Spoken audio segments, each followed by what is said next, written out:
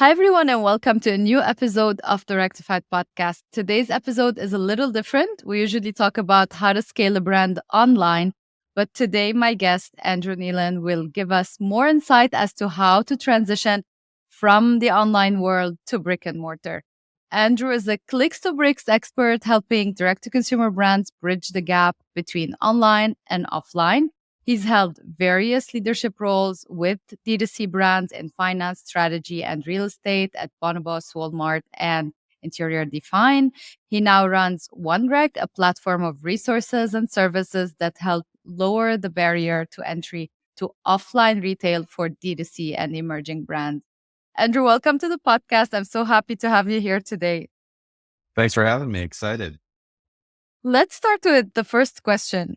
If an e-commerce brand is making substantial sales online, why would they decide to go offline and have stores in different locations?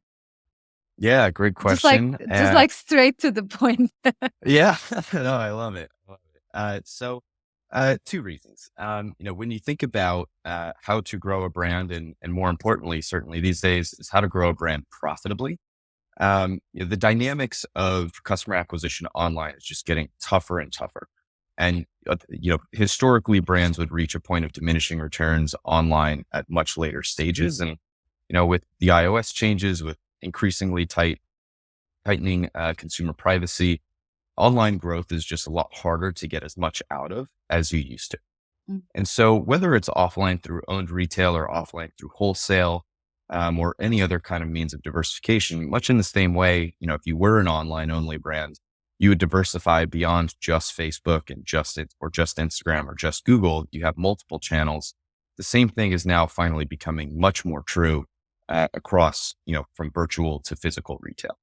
And so the kind of illustrative graph that I always like to point to is if you think about the incremental cost to acquire a customer online, as you acquire more and more customers, that graph kind of goes up and to the right. The more customers you're trying to acquire in a certain time period, the more expensive that incremental customer acquisition or CPM or whatever metric you want to use generally gets.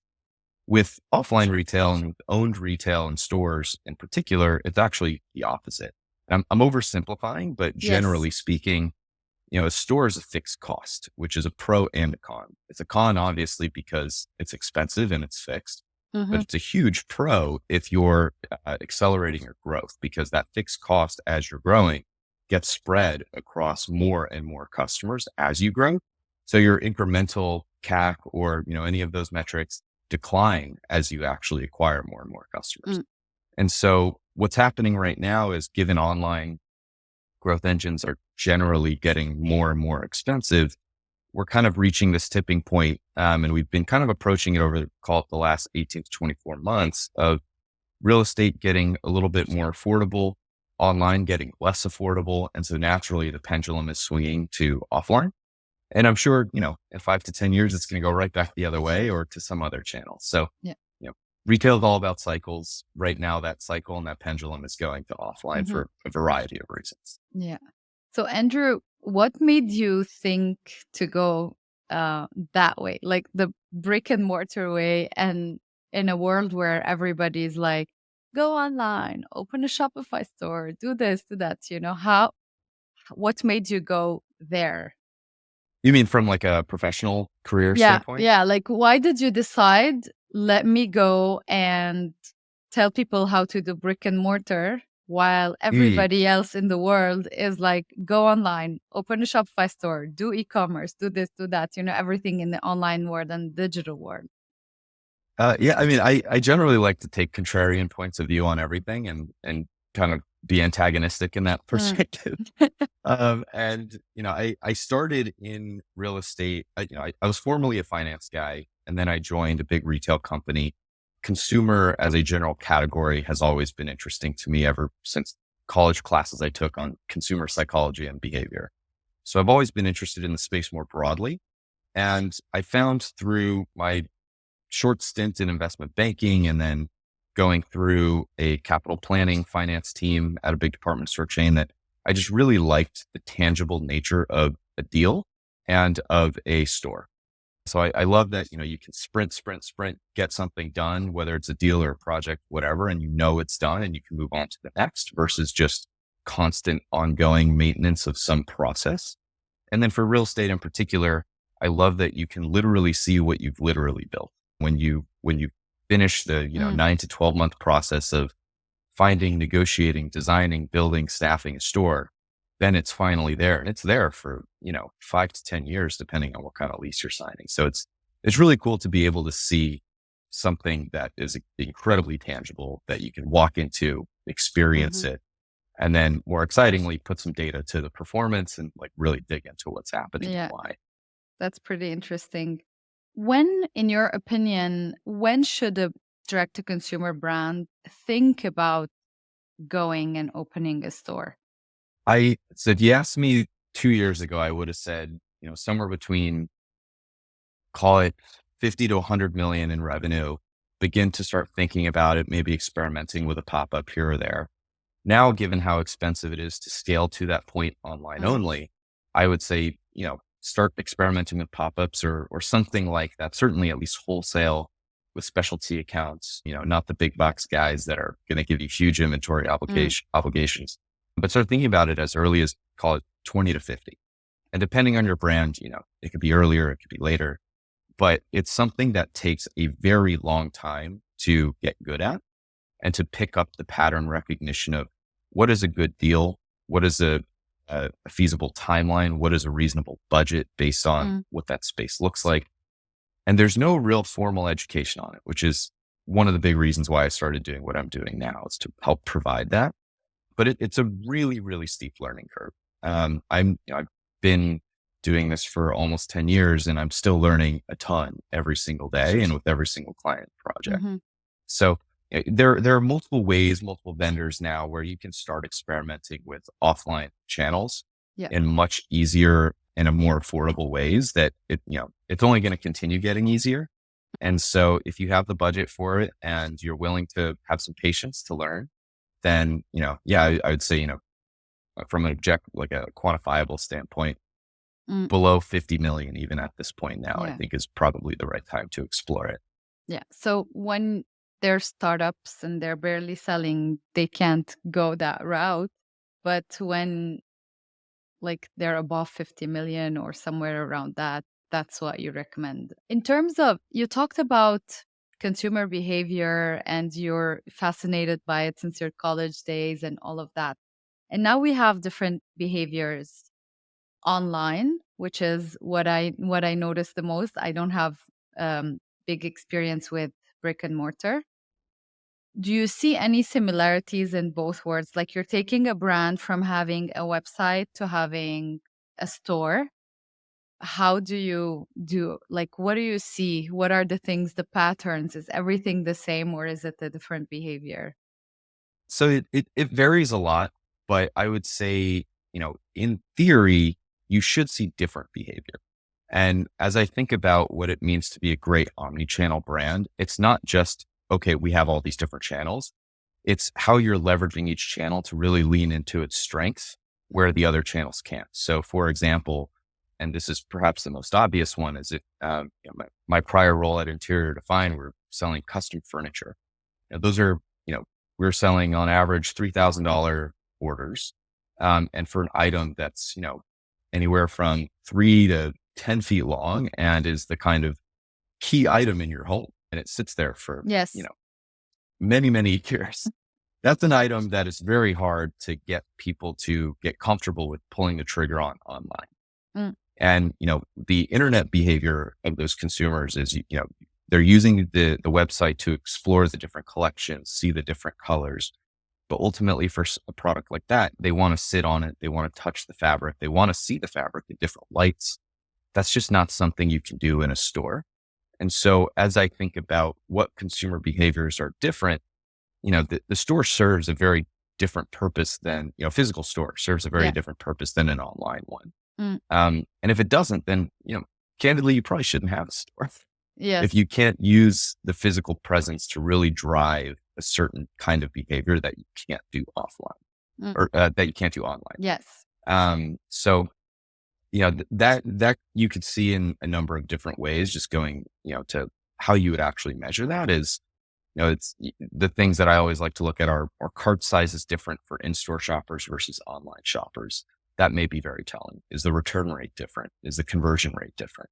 Mm. And if the cart sizes are different, is it because they're buying more units or because they're buying more expensive things? And so breaking down the metrics, you can see why the consumer behavior is different, or at least get to that answer by looking at the numbers. You rely a lot on numbers and data and all of that, and you base your decisions of going online or which store to find and all of that on numbers. How do you go about that? Like, even with consumer behavior, you like tracking those numbers. Um, how do you use those numbers to take your decisions and give your recommendations to people? Yeah, yeah. I mean, I think in this day and age, especially, and especially if you're a D2C online brand, you have data for everything now. Yeah. And there's a lot of technologies out there that can also provide data for what's the mobile foot traffic around the store before you even have a store Mhm. there. And then once you open the store, you should have traffic counters. You should even, if your budget allows, then have heat mapping technologies to understand how people are moving through the store. Everything can and should be quantifiable, and the technologies do exist. And I generally kind of think about it as a funnel, much, I guess, like marketers, where there's, the kind of just general awareness, like how much foot traffic is around or in front of your store that, those are presumably the eyeballs that you're catching with that storefront. Mhm. Then you have your next layer where people are actually entering the store. So now you have a foot traffic count. And then of course you have orders. And so throughout each of those layers, you should be able to get a sense for what amount of eyeballs your store is actually driving, given the rent you're paying, how many people are actually engaging by walking in, and then of course how many people are actually Mhm. transacting by Yeah. transacting. So there is a way, even though offline doesn't always seem like the most data driven channel, there are ways to inject that data. Yeah. It does take a little bit more effort.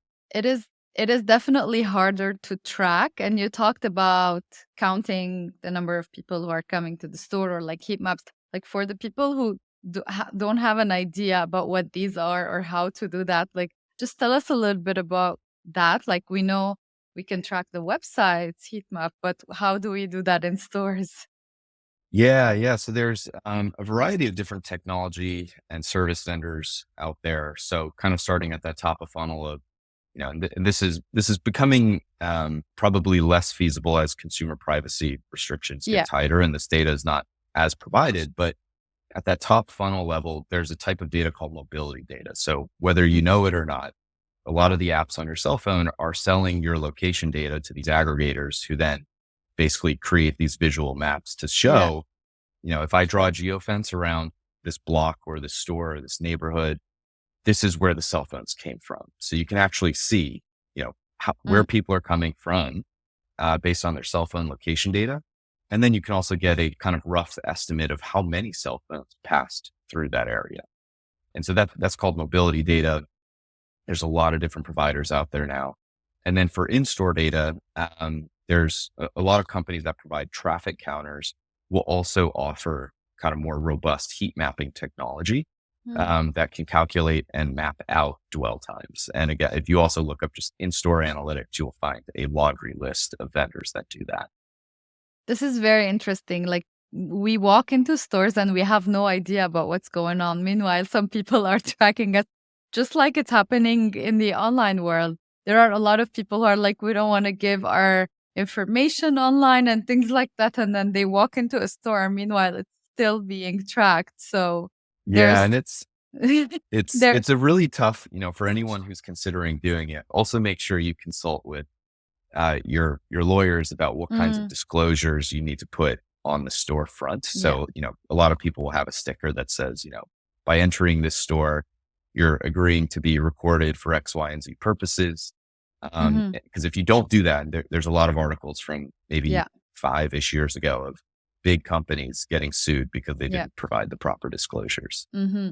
So, us as consumers, for consumers, there's no way to hide. But it's good for the D2C brands who are opening these stores and they have all this information and they can always improve and optimize and, change the location of each item, what's selling more, what's not selling. It's just like in the online world, but you can actually use this information to improve things in the store also. Like it's just not a random, I open the store and I put stuff on shelves and Right. people will come. It's more complicated than that. Far Um, more. Yes. yeah. If someone is listening today, they'll be like, what about the cost? In the online world, everybody talks about, oh, you can reduce your cost, you can go as lean as possible. But today, if we decide to open physical stores, depending on the cities, some rents might be high. You might have expenses. You need to hire people. You need to do, interior design and taxes and all of those things. What do you do to convince them to go from clicks to bricks?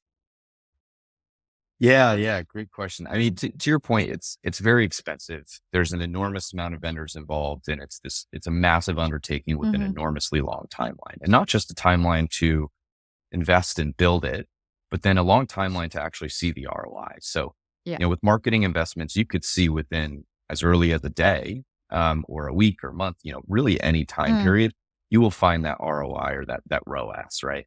yeah. With stores, you're shelling out a ton of money up front. And then you kind of have to, just hope for the best and obviously make sure the teams are firing on all pistons and getting trained and all of that. But a general, investment horizon to start making cumulatively accretive cash, the payback period is 2 years. Mm, So the amount of investment you're putting in up front is that big that it takes you about 2 years to recoup that cash cost, but then it becomes a cash machine. And so depending on how you want to go offline, if you're doing a pop-up and you find a perfect space that is already configured the way you want it, all you need to do is paint, put in some shelving from IKEA, yeah. and you've got a store. You Mm, could build that for, call it 50 to 100K pretty easily, and get that open pretty quick if you don't have to pull permits. yeah. If you're doing a real store, real Yeah. capital investment, you're pulling permits, you're blowing down walls, you're moving sprinkler systems, that's going to cost you, depending on your square footage, that could cost you easily 500K to $1 million for a pretty small store. Yeah. These are very big investments, and that's just for the capital investment. Then, of course, you have to hire the team, bring on, any other kind of service providers like uh, facilities and maintenance folks. And so it's a huge upfront investment and an ongoing investment. But if you execute it well, you have the right folks in the room and you train the team and Mm, create a great employee experience, then you can yeah. recoup that cash and have some cash cows.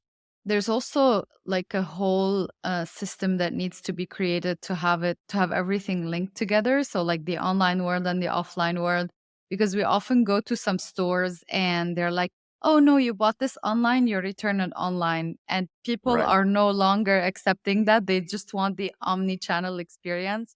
So there's also like that whole layer of investment that needs to be done to link everything together. And if you didn't Yes. find it here, go buy it online, just like to maximize the sales. So, do you also work with them in terms of omni-channel, or do you only like take all this information, all these numbers, and all of that and work on, let's do a pop up or let's open a store in this area and let's, optimize whatever it is Hmm. that they want to optimize. Yeah. So I would say from a strategic and analytical perspective, work very much in omni-channel. I talk a lot Mm, about opening stores, but the reality is in this day and age, to open a store, you have to have or you should have a really good understanding of the e-com business because it's a yeah, huge leading indicator, for how well your store is going to do. And it provides a lot of really valuable benchmarks. And certainly if you're in the beginning days of opening stores, you're going to open a couple like scrappy pop-ups. If you want to do, again, like real stores, you're going to have to go fundraise and explain to investors yeah, all the things we're talking about today of like, why should you have a store? And in this day and age, to your point, people want to buy online, pick up in store, and vice versa, return in different channels, whatever. So you have to have a very good understanding of what the store's impact is on the total business beyond the four walls, because the reality is that's how these people, Mm, customers shop these days. And so yeah. just measuring the typical four wall financials is never enough. And you're probably getting misled based on those metrics. So you need to have an understanding of how a store will influence all of your channels, whether it's e-com, wholesale, or otherwise. So I do a lot of work also helping brands connect the dots between the consumer behaviors between channels and how opening a store will influence your broader business across all channels Mm, beyond just the retail. yeah. That is so true because oftentimes, if we just look at ourselves and what we do, we see something online. Maybe I don't want to wait 5 days to receive it. Like I want it now. I drive to the store and I buy it. Do you attribute like this sale to the online store or to the real store? Like there's a blurry space, like a gray Yes. space between all of these things because we see things somewhere and then we buy them elsewhere. Or I go to a store and then I buy it online because there is no, I don't know, there is no size or the right color or whatever it is. Like, how do you separate these or do you keep them mixed together? Like this gray area, how do you deal with it? Yeah, great question. And one that I don't think anyone's like fully cracked the code on yet. Mm, And mm, certainly landlords are very interested in understanding this. And so now that I'm no longer on the brand side, I'm happy to kind of share my thoughts on like how I yeah. actually think about this. So there's two ways to measure it. There's your traditional channel view, which people have been doing for decades, which, I disagree with the actual numbers that the traditional channel view produces because it's very biased to just whichever channel people transact in, but ignores the channel's involvement in all the steps leading up to that customer finally hitting buy. Mm, They could spend, 90% of their browsing time online, then buy in the store, and the store gets 100% of that credit with traditional attribution models. exactly. Um, and so it's understating it in that regard. Now, the flip side is also true, which is that, when you open a store, you could argue that a lot of the sales that happen in the store would have happened anyways, just online, but you opened a store. Mm, So people move their dollars to the store. And so the mm, way I like to look at it is, stores are geographic in nature. And so I think about what is the physical boundary that store actually influences. And, you could use a radius, you could use a drive time, you could use, whatever kind of physical shape you want. I personally like to use metropolitan statistical areas or core-based mm, statistical areas for a variety of reasons, which I won't go into, but it's a really good proxy for the area or the geographic market that store can serve. And so what I like to look at is, I'll keep the four wall stuff because that's just how everybody speaks. And you just got to have it. yeah. But what I will look at is the geography to say, when I opened this store or before opening this store, my Mm, ecom business in this geography was like this. When I opened the store, it spiked up like that across all channels. yeah. And you can kind of assume, directionally that like if your business was like this and then it went like that, it's probably Yeah. because the store. Yeah. It's, not 100% all the time, but No. If as a the only directional pulse variable check. if the only Yeah, variable is exactly. the store, yeah. Right. So I Mm, always, when I'm dealing with omni-channel stores, I'm always looking at both. There's the four wall because that's, the traditional view, the traditional lens, but the kind of intellectually honest view mm, is that you should be looking at total market across all channels, what the total volume is across everybody in that geo. yeah. Because what you might find, and this is true in many cases, that when you open a store, you're just channel shifting all your ecom customers in that market to now shopping your store. You didn't actually drive incremental volume to your business.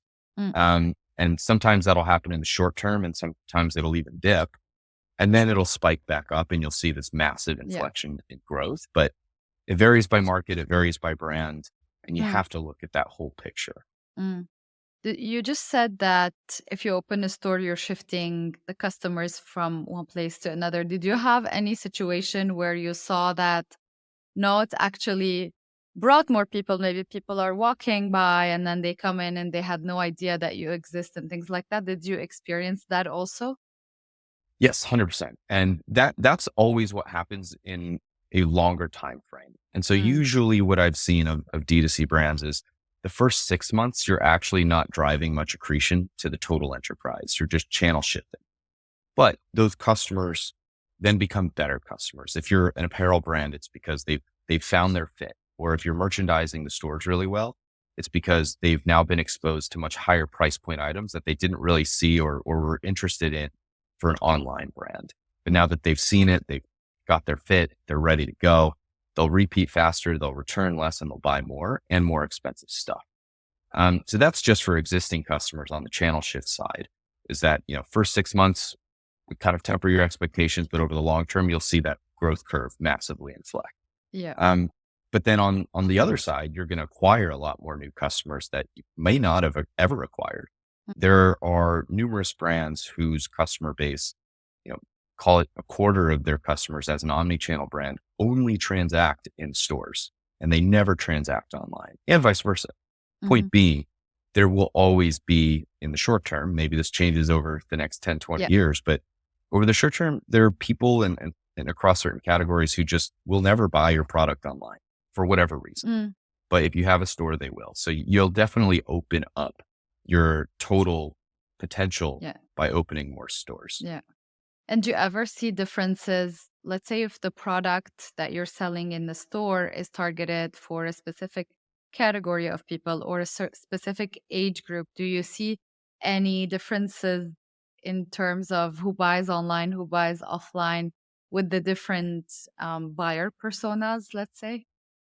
I'm sure it exists. I Mm, have not seen that for mm, D2C brands. And I, okay. I would say that that's largely in part because D2C brands, they're targeting the same people and they're using their ecom data to inform where to open stores. Their Yeah. ecom data is a certain type of Mm, demographic. And if they use that to open their stores, it becomes a little bit of a self-fulfilling yeah. prophecy. I'm sure, the more interesting thing I would say is that stores enable you to target different demographics much more surgically.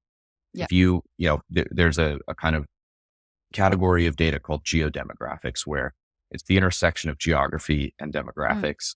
And if you look at maps of this type of data, you'll see like certain pockets within a city have, notable differences in the underlying demographics. And by opening a store in one area versus another, you could be targeting two completely different types of customer bases. well, the conclusion of all of this is that it's completely different when you already have an online store and then you're opening a physical store. While if you just come and say, oh my God, I want to open a store and nobody knows about you and you don't have that information, it becomes a whole other game. But when you're already established online, you have numbers, you have Yes, everything you need, and that makes the shift a little bit more calculated than randomly opening up stores. 100%. Yep. Yeah. Andrew, we're at the end of this episode, and I usually like to ask 3 questions at the end of every episode, and you can answer them the quickest way possible. Are you ready? Let's do it. All right. How would your friends describe what you do for a living? Man, unclear. Unclear. Unclear. They have no idea what you do. I'm doing a lot of different things. The consulting is one of many pieces of it. So, Mm, I would say in mm. general, they would probably say does stuff with real estate and D2C brands. All right. Question number 2. What is one thing that your work or, your consulting did for your client that you didn't expect? Identifying cannibalization. One of these brands had recently opened a wholesale account in a very specific geography. They Mhm. didn't think that there was any cannibalization to the business. And by just looking at a geographic lens, we could see the only market that's not growing is the one you just opened a wholesale account in. So it's probably cannibalization. Wow, yeah, that's interesting.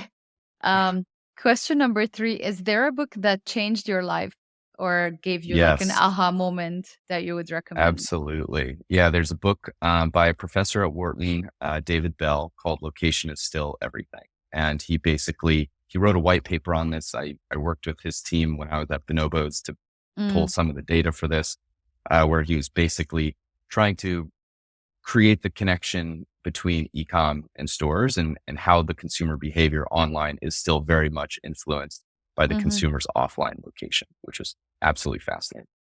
Amazing. Can we find it like everywhere? Is it available for Yeah, us just to? Google Okay, David Bell location, still everything. It's like $20 perfect. on Amazon. Perfect. Andrew, tell us where our audience can find you and, how they can work with you. Yeah. So website is one rec. That's the number one rec.co. You can kind of work with me in a couple different ways. So I do workshops, which is basically clicks to bricks 101, everything you need to know from soup to nuts, how to get offline. I also have a community with a resource hub. So it's a Slack channel with other operators, vendors, landlords, and also a lot of downloadable guides and templates, Hmm. including a newsletter I do called clickstobricksplaybook.com. And then, of course, consulting and program management. So if you need someone to come in, roll up their sleeves, and just get it done, Hmm. can work with you in that capacity too. Perfect. Andrew, we're going to link to all of this in the description of this podcast. Thank you for being a guest. And to all the listeners, I'll be back next week with a new episode.